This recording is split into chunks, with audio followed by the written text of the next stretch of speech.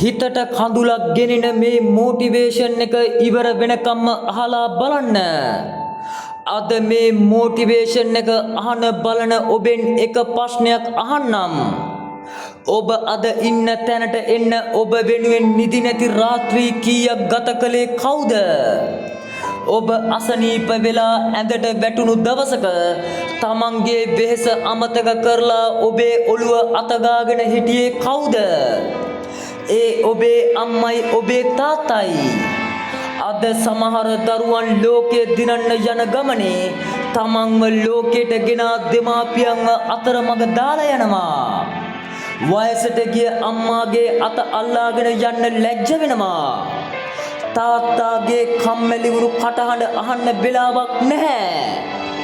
ඒත් මතක තියාගන්න, ඔබ අද ගොඩනගාගෙන ඉන්න ජීවිතේ අත්තිවාරම තියලා තියෙන්නේ ඔවුන්. ඔබේ පළමු අඩිය වැටුණු දවසේ සතුටින් ඇඬුවේ ඔවුන්. ඔබේ පළමු ජයග්‍රහණයට තමන්ගේ ජයග්‍රහණයක් වගේ සතුටු වුණේ ඔවුන්. ඒ අයගේ එකම බලාපොරොත්තුව මාගේ දරුවා හොඳින් ඉන්නවා නම් ඇති කියන එක විතරයි.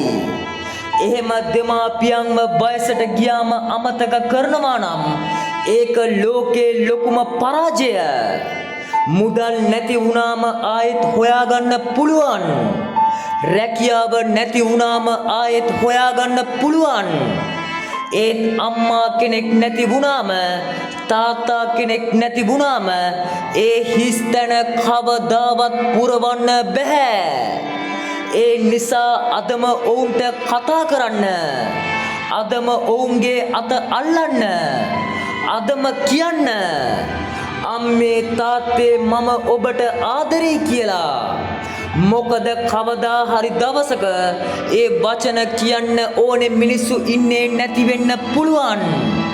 දෙමාපියන්ට සලකන දරුවෙක් වෙන්න. මොකද ඔබේ දරුවන් හෙට ඔබට සලකන්නේ අද ඔබ දෙමාපියන්ට සලකන විදිය බලාගෙනයි.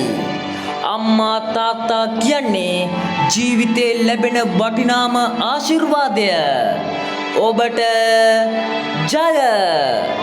Motivation Speak Anupama Chatarika.